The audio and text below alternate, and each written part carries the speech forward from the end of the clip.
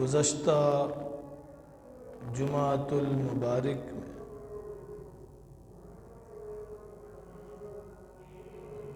معراج کا پس منظر عرض کیا تھا۔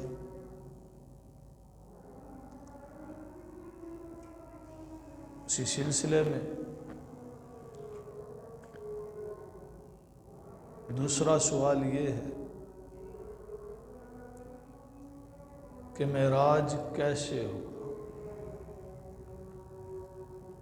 حقیقت معراج کیا ہے؟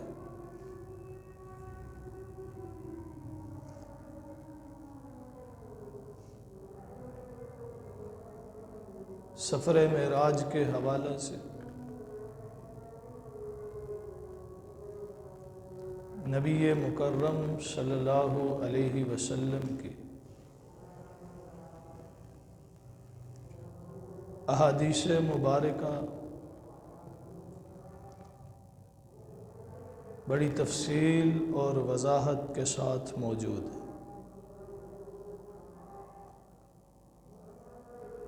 حضور خاتم المرسلین صلی اللہ علیہ وسلم کو راجح قول کے مطابق سفر طائف سے واپسی پر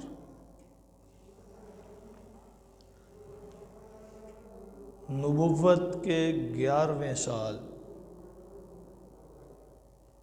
یعنی ہجرت سے 2 سال قبل اللہ تعالیٰ نے شرف معراج بخشا۔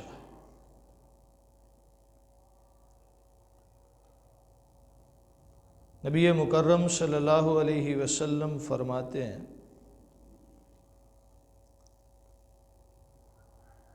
کہ میں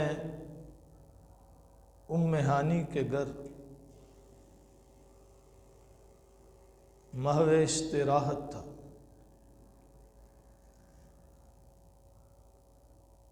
کہ اچانک چھت کھلی اور جبرائیل امین میرے پاس آئے۔ جبرائیل امین کے ساتھ اور فرشتے بھی تھے اور مجھ سے کہنے لگے کہ ہم آپ کو ساتھ لے جانے آئے ہیں۔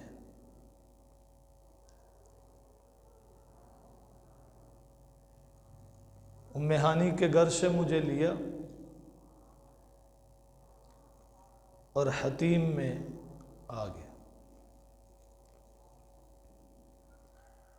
حتیم کعبہ میں پہنچنے کے بعد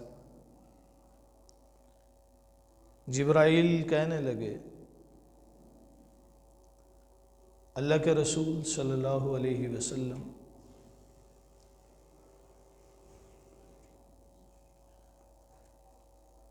سفر شروع کرنے سے قبل آپ کا سینہ چاک کیا جائے گا، آپ کے قلب انور کو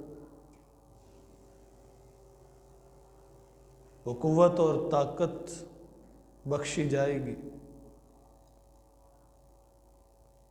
جو اس سفر میں لازمی ہے۔ آپ علیہ الصلوۃ والسلام فرماتے ہیں میرا سینہ چاک کیا، میرے دل کو باہر نکالا،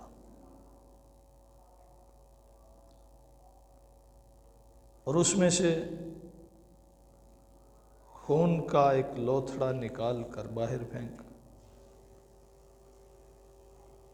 پھر آب زمزم سے میرے دل کو دھویا گیا اور دوبارہ دل کو اس کے مقام پر رکھ کر سینہ بند کیا گیا۔ نبی مکرم صلی اللہ علیہ وسلم کے سینے کو چاک کیے جانے کا یہ پہلا واقعہ نہیں تھا، اس سے پہلے بھی متعدد بار آپ خاتم الانبیاء صلی اللہ علیہ وسلم کا شق صدر ہوا ہے۔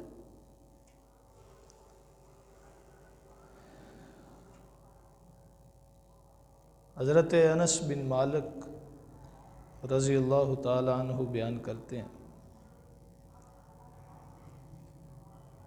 نبی مکرم صلی اللہ علیہ وسلم نے فرمایا، جب میں 4 سال کا تھا، قبیلہ بنو سعد میں اپنی رضائی ماں اماں حلیمہ کے یہاں زیر پرورش تھا۔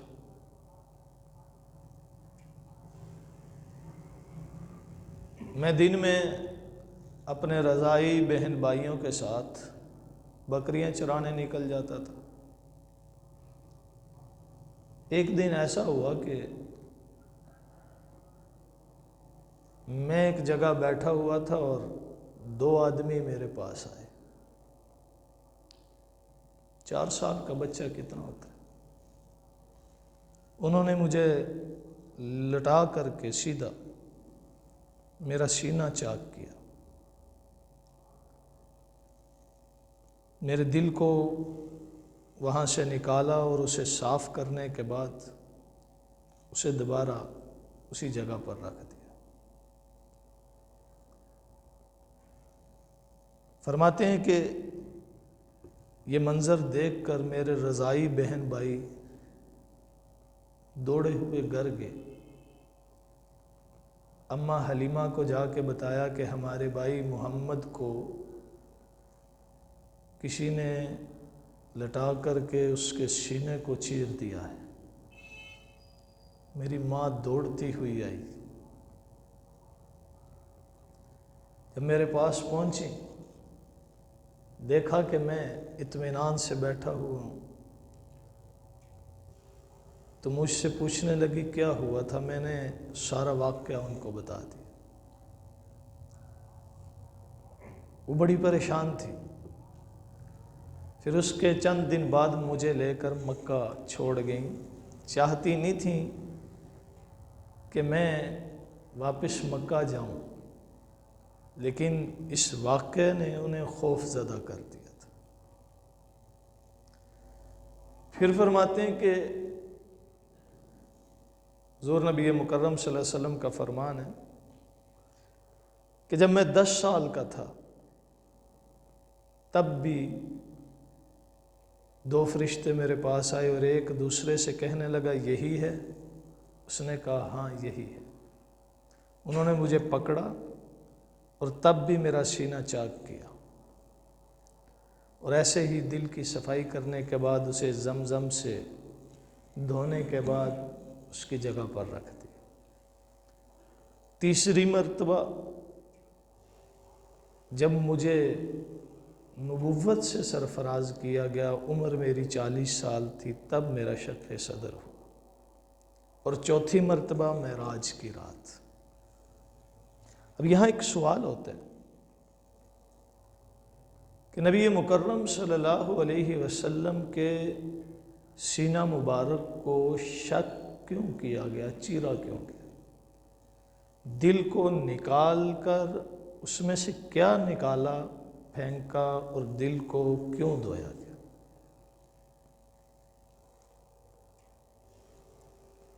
اصل میں اللہ تعالیٰ نے ہر انسان میں 2 فنکشن رکھے ہیں، 2 کوالٹیاں رکھی،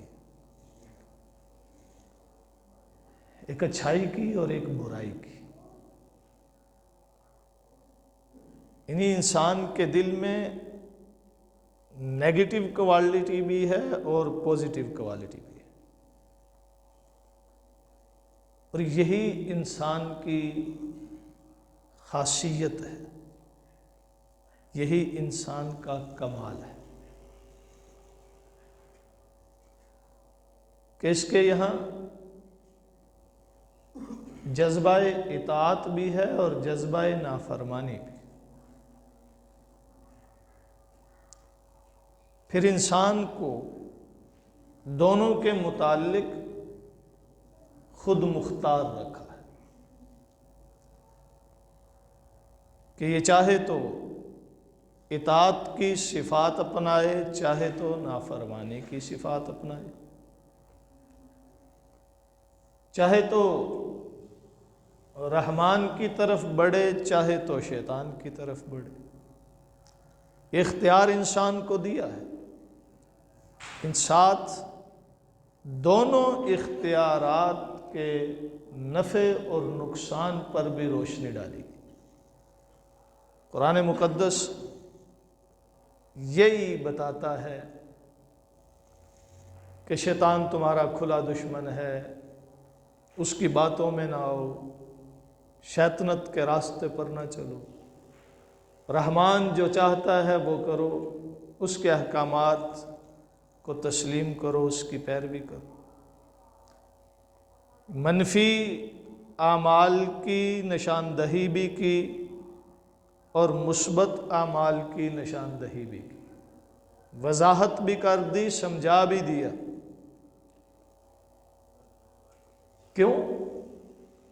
اس لیے کہ انسان دنیا میں بطور آزمائش کے آیا ہے، اور آزمائش صرف ایک جذبے سے نہیں ہوتی۔ آزمائش کے لیے شرط ہے اسے وہ طاقت بھی دی جائے جو اسے نافرمانی کی طرف لے کر جانے والی ہے، وہ طاقت بھی دی جائے جو فرما برداری کی طرف لے کر جانے والی ہے،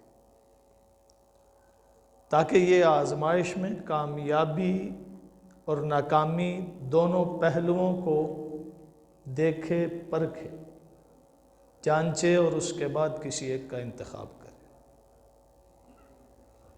اگر صرف اسے جذبہ اطاعت دیا جاتا تو پھر یہ اور فرشتے ایک ہی ہوتے، پھر اس میں اور فرشتوں میں فرق نہ ہوتا۔ فرشتوں کے یہاں صرف جذبہ اطاعت ہے، نافرمانی کا تصور ہی نہیں۔ تو انسان کو فرشتوں سے افضل اسی لیے قرار دیا کہ یہ نافرمانی کے جذبے کے باوجود فرما برداری کی طرف بڑھتا ہے۔ اور آسان لفظوں میں عرض کروں تو اللہ تعالیٰ نے فرشتوں کو جذبہ اطاعت دیا ہے، جذبہ نافرمانی ہے ہی نہیں، نیگیٹو کوالٹی فرشتوں میں بالکل نہیں۔ انسان کو دونوں جذبات عطا کیے، اسے ایسا بنایا ہے کہ دونوں کو پرکھتا بھی ہے۔ یہ عقل وہ مشین عطا کی ہے جو اسے بتاتی ہے یہ پوزیٹیو ہے، یہ نیگیٹو ہے۔ اب انسان کی مرضی ہے وہ کس کا انتخاب کرتا ہے۔ اسی لیے تو جنت اور جہنم ہے کہ اس کی یہ سزا ہے، اس کا یہ انعام ہے۔ اگر یہ اپنی خواہشات کو، اپنی نفسانی تمناؤں کو مار کر اطاعت کے راستے پر چلتا ہے تو یہ فرشتوں سے بھی بہتر ہے۔ فرشتوں سے بہتر ہے انسان بننا، مگر اس میں پڑتی ہے محنت زیادہ۔ اور اگر یہ اپنی عقل کو پست کر دیتا ہے، درستگی کے انتخاب کو چھوڑ دیتا ہے اور نفسانی خواہشات کے پیچھے لگ جاتا ہے، تو فرمایا اولئک کالانعام بل ھم اضل، کہ یہ جانوروں سے بھی بدتر ہو جاتا ہے۔ کیوں؟ اس لیے کہ جانوروں میں صرف اپنی خواہشات ہیں، ان کے یہاں ایسا کوئی کام نہیں جس سے وہ اطاعت یا فرما برداری کی طرف مائل ہو۔ تو انسان نے نفسانی خواہشات کی پیروی کر کے فرشتوں سے بھی، جانوروں سے بھی اپنے آپ کو گرا دیا۔ تو اللہ نے انسان کے دل میں پوزیٹیو نیگیٹو دونوں کوالٹیاں رکھی ہیں۔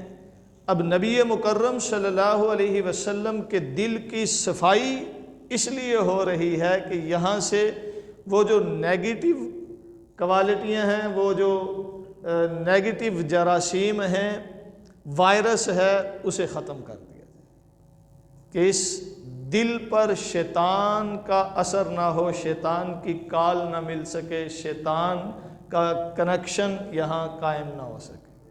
انبیاء معصوم ہوتے ہیں نا، الانبیاء معصوم، انبیاء معصوم ہیں، اور معصوم کیسے ہیں کہ گناہوں کا ان سے تصور ہی نہیں ہو سکتا، کوئی نبی گناہ کرے ایسا سوچا بھی نہیں جا سکتا۔ اب نبی گناہ سے کیوں بچتا ہے تو وہ بھی انسان، کل بنی آدم خطاؤن، حضور نے ہی فرمایا ہے تمام بنی آدم خطاوار ہیں، غلطی کا مادہ ہے۔ ادھر فرمایا انبیاء معصوم ہیں۔ اب انبیاء معصوم ہیں اور بنی آدم خطا بھی کر سکتا ہے، تو یہ کیا بات ہوئی؟ اصل میں انسان جو ہے یہ وہ پروڈکٹ ہے کہ جس میں یہ کوالٹی موجود ہے خطا کی، لیکن نبیوں کو اللہ صاف کر دیتے ہیں، وہ چیز ہی نکال دیتے ہیں جو انہیں نافرمانی کی طرف لے کر جانے والی ہوتی ہے، وہ مادہ نکال دیتے ہیں جو شیطان کے اثرات کو قبول کرنے والا ہوتا ہے۔ اس لیے انبیاء معصوم ہوتے ہیں۔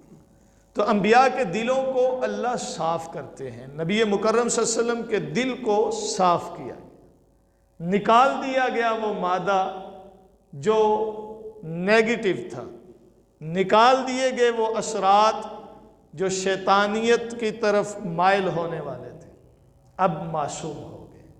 اور عصمت یہ بلندی ہے، عصمت یہ پاکی ہے، عصمت یہ نفاست ہے، عصمت یہ اطاعت ہے، عصمت عدم معصیت کا نام ہے۔ عصمت کہتے ہیں جس سے گناہ کا تصور بھی نہیں ہو سکتا۔ تو نبی مکرم صلی اللہ علیہ وسلم فرماتے ہیں حتیم میں لے جا کر میرا سینہ چاک کیا، دل نکالا، صفائی کی، دوبارہ رکھ دی۔ پھر جبرائیل امین 2 پیالے میرے پاس لے کر آئے، ایک پیالے میں شراب تھی اور ایک میں دودھ تھا۔ یا رسول اللہ صلی اللہ علیہ وسلم نوش فرمائے۔ حضور فرماتے ہیں میں نے دودھ کے پیالے کو چنا، دودھ پیا۔ تو جبرائیل امین نے کہا آپ نے فطرت کا انتخاب کیا، اگر آپ شراب کو چنتے تو آپ کی امت گمراہی میں پڑ جاتی۔ پھر اس کے بعد اللہ تعالیٰ نے جبرائیل امین کے یہاں ایک سواری بھیجی تھی۔ جبرائیل امین سواری لے کر پیش ہوئے، اللہ کے رسول صلی اللہ علیہ وسلم اس پر تشریف رکھی۔ حضور فرماتے ہیں وہ سواری گدھے سے قدرے بڑی اور خچر سے قدرے چھوٹی تھی، سفید رنگ کی تھی، اس کا نام براق تھا، اور اس کی پرواز ایسی تھی کہ تا حد نگاہ اس کا قدم جاتا تھا۔ میں اس پر بیٹھا، جبرائیل امین مجھے لے کر چلے، اور اس سفر کو جو حرم کعبہ سے شروع ہوا تھا، یہ بیت المقدس تک، فلسطین تک کا سفر ہے۔ اسے اللہ تعالیٰ قرآن مقدس میں بڑے واضح لفظوں میں بیان فرماتے ہیں، سبحان الذی اسری بعبدہ لیلا من المسجد الحرام الی المسجد الاقصی، پاک ہے وہ ذات جو اپنے بندے کو راتوں رات لے گئی مسجد حرام سے مسجد اقصی تک۔ اس کو عمومی طور پر اسراء کہا جاتا ہے، رات کا سفر، اور یہ قرآن مقدس میں بیان۔ پھر بیت المقدس سے جو آسمانوں کا سفر، آسمانوں سے سدرۃ المنتہا کا، سدرۃ المنتہا سے عرش معلیٰ کا، اسے معراج کہا جاتا ہے عام طور پہ، وگرنہ دونوں کے لیے لفظ معراج بول دیا جاتا ہے اور دونوں کے لیے اسراء بھی کہا جاتا ہے۔ اب یہ جو حرم مکہ سے بیت المقدس کا سفر ہے، اس کا انکار کفر ہے۔ کیوں؟ اس لیے کہ یہ قرآن کا انکار ہے، نص قطعی کا انکار ہے، جس کا قرآن نے واضح لفظوں میں بیان کیا ہے۔ اب اگر کوئی یہ کہے، دیکھیے نا جی، ذرا غور کرنے کی ضرورت ہے، کچھ آج کل دانشور ایسی باتیں بناتے ہیں جی، یہ کیسے ممکن ہے کہ ایک لمحے میں ایک بندہ کہیں سے کہیں چلا جائے اور واپس بھی آ جائے تو وہ لمحے وہیں ہوں، اور یہ سارا کچھ جیسا کہ آگے ہم سنیں گے یہ ممکن نہیں۔ یہ ایک خواب تھا، یہ جسم اطہر کے ساتھ نبی مکرم صلی اللہ علیہ وسلم نہیں گئے، یہ ایک خواب تھا۔ ارے بھائی، اگر یہ خواب ہوتا تو کیا مشرکین مکہ اسے جھٹلاتے؟ جب حضور نے اگلے دن بیان کیا کہ میں ایسے ایسے رات کو بیت المقدس گیا، راستے میں یہ دیکھا وہ دیکھا، پھر آسمانوں پہ گیا، جنت دیکھی، جہنم دیکھی، عرش تک گیا، واپس آیا، مشرکین کہنے لگے ہم نہیں مانتے۔ کوئی خواب دیکھ رہا ہو، مثال کے طور پہ یہاں سے کوئی کہے جی میں خواب میں گیا امریکہ میں، وہاں وائٹ ہاؤس میں میری ٹرمپ سے ملاقات ہوئی، اس نے مجھے کہا میں پاکستان کے حالات سدھار دوں گا، پاکستان کو قرضہ دینے کا وعدہ بھی کرتا ہوں، یہ ساری باتیں کو بیان کرے، کوئی جھٹلائے گا؟ کیوں؟ خواب ہے، خواب کو کوئی نہیں جھٹلا۔ خواب میں بندہ جہاں مرضی پھرتا رہے، کوئی یہ نہیں کہتا کہ یہ نہیں ہو سکتا، کوئی ایسا کہتا ہے؟ کیوں؟ اس لیے کہ خواب جو مرضی کرو، جہاں مرضی جاؤ، آپ ٹریول کر کے پچھلے زمانے میں چلے جاؤ، آپ کہتے ہو جی میں خواب میں اپنے دادا کو بچپن میں دیکھا، میرے دادا چھوٹے سے تھے، میں ان سے ملاقات کی، گپ شپ کی، وہ وہاں رہتے تھے، اگلے دن کسی کو بتاؤ تو سب مانیں گے ٹھیک ہے یار خواب تھا، بڑا عجیب تھا۔ مشرکین نے انکار کیا، اس سے معلوم ہوا مشرکین بھی اسے خواب نہیں سمجھ رہے تھے، اسی لیے انکار کیا تھا۔ انہوں نے جو جھٹلایا وہ اس لیے جھٹلایا کہ حضور علیہ السلام کے جسم کے ساتھ اس سفر کے قائل نہیں تھے۔ وہ کہہ رہے تھے یہ ممکن نہیں ہے ایسا ہو جائے کہ بندہ جسم کے ساتھ جائے اور یہ سارا کچھ کر کے واپس بھی آ جائے، ہم تو اتنے دنوں میں فلسطین پہنچتے ہیں اور تم ایک لمحے میں ہو کے آ گئے ہو۔ اگر خواب ہوتا تو انکار، مشرکین بھی سمجھ رہے تھے کہ یہ جسم کے ساتھ جانے کی بات ہو رہی ہے، اسی لیے کہ ہم نہیں مانتے، ایسا ہو نہیں سکتا۔ تو عزیزان من، یہ خواب تو مشرکین بھی مان لیتے، جیسا تم کہتے ہو کہ حضور کا جو یہ سفر معراج تھا یہ خواب تھا، تو اس دانشوری کو تو وہ بھی مان لیتے، انہیں بھی انکار تھا جسم کے ساتھ جانے کو، اور تم بھی اس کے منکر بنے پھرتے ہو۔ اور اللہ تعالیٰ نے قرآن مقدس میں کیا فرمایا؟ سبحان الذی اسری بعبدہ، پاک ہے۔ اچھا آغاز ہی کیسے کیا؟ سبحان الذی، پاک ہے وہ ذات، پاک ہے۔ اللہ نے سفر کا بیان کرنے سے قبل اپنی پاکی بیان کی ہے۔ کیوں؟ اس لیے کہ آگے جو بات ہونے والی ہے وہ بہت ساری عقلوں میں نہیں آنے والی۔ سبحان الذی، پاک ہے وہ ذات۔ کس بات سے پاک ہے؟ وہ جو تم سوچتے ہو نا اس سے پاک ہے۔ تم جو سوچتے ہو یہ ممکن نہیں، اس کے لیے کچھ بھی ناممکن نہیں، پاک ہے وہ ذات۔ تم جو سوچتے ہو نا کہ ایک لمحے میں یہ سارا کچھ کیسے ممکن ہے، یہ تمہاری عقلوں کا فطور ہے۔ سبحان الذی، وہ پاک ہے اس نقص سے، اس عیب سے، اس کمزوری سے، اس عجز سے۔ وہ عاجز نہیں ہے، وہ بے بس اور لاچار نہیں ہے، وہ جو چاہے کر سکتا ہے۔ اگر وہ کن کہہ کر سب کچھ تخلیق کر سکتا ہے تو وہ یہ کرنے پر بھی قادر ہے۔ سبحان الذی، تم سوچتے ہو کہ بغیر سواری کے ممکن نہیں، وہ سواری سے بھی پاک ہے۔ تم سوچتے ہو کہ ایک بندہ یہ کیسے اتنا طویل سفر کر سکتا ہے، وہ اس سوچ سے بھی پاک ہے، اس کے لیے کچھ بھی مشکل نہیں ہے، وہ تمام تر عیوب سے، کمزوریوں سے پاک ہے۔ سبحان الذی اسریٰ بعبدہ لیلاً، رات کے کچھ حصے میں، مکمل رات بھی نہیں، لیلاً رات کے کچھ حصے میں، بعبدہ اپنے بندے کو لے گیا۔ اللہ اکبر کبیرہ، اللہ نے لفظ بعبدہ فرمایا ہے۔ عبد کسے کہتے ہیں؟ روح اور جسم کے مجموعے کو۔ روح کو عبد، بندہ نہیں کہا جاتا، روح کو بندہ نہیں کہا جاتا۔ بندہ کس کو کہتے ہیں؟ جو جسم میں روح لیے پھرتا ہے، جو جسم میں روح لیے پھرتا ہے اس کے لیے لفظ عبد بولا جاتا ہے۔ روح کو صرف روح کہتے ہیں اور صرف جسم کو مردہ کہتے ہیں۔ روح اور جسم کے مجموعے کا نام کیا ہے؟ عبد۔ عبدہ، یوں بھی تو فرما سکتے تھے اللہ بنورہ، اپنے نور کو لے گیا۔ اچھا، برسولہ، بنبیہ، کچھ بھی آ سکتا تھا، لیکن یہاں خاص لفظ عبد کی قید کیوں لگائی؟ تاکہ ہر طرح کا اعتراض ختم ہو جائے کہ وہ صرف روح نہیں گئی تھی۔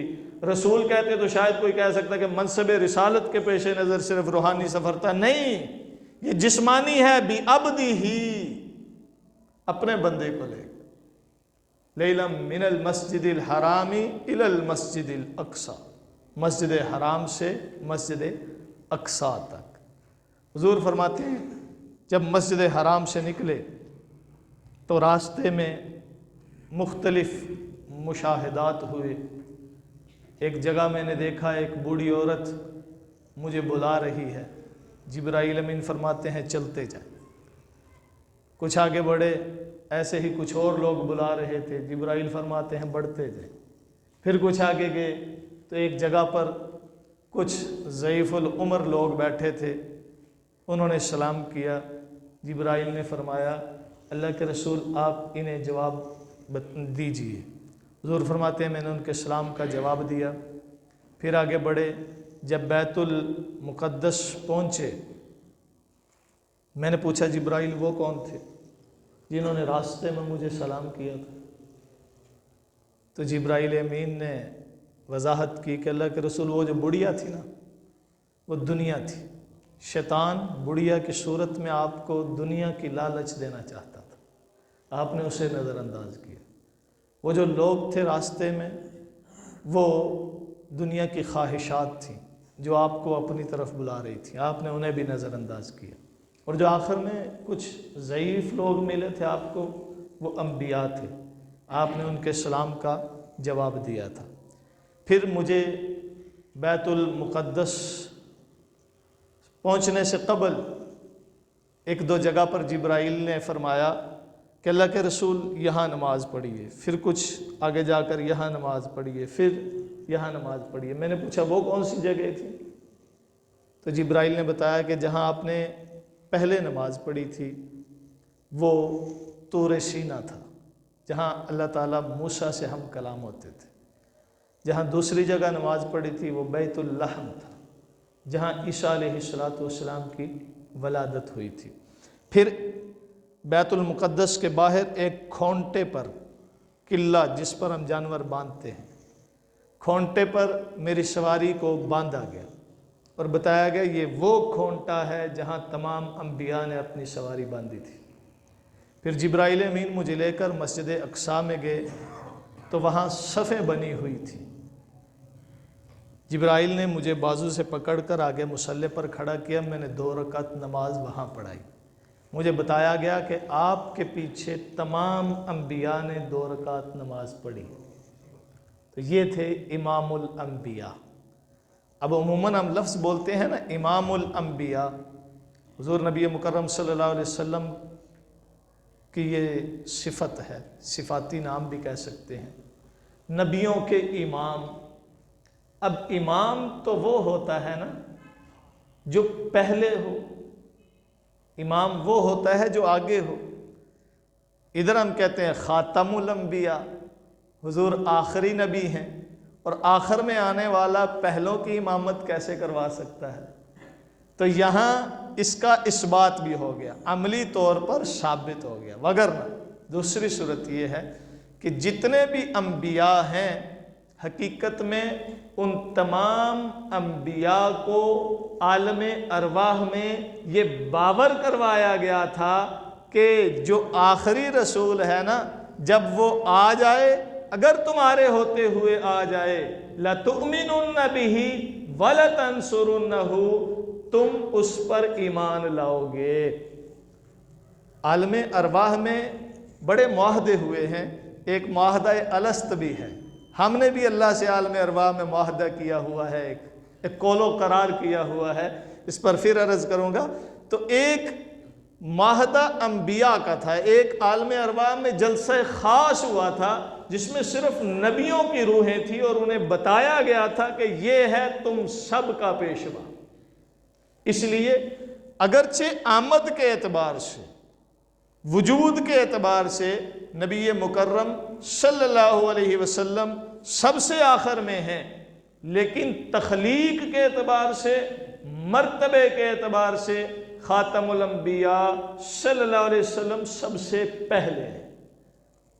فرمایا انا خاتم النبیین وان آدم لمنجدل فی طینتی، میں اس وقت بھی آخری نبی تھا جب آدم مٹی اور پانی کے خمیر میں تھے۔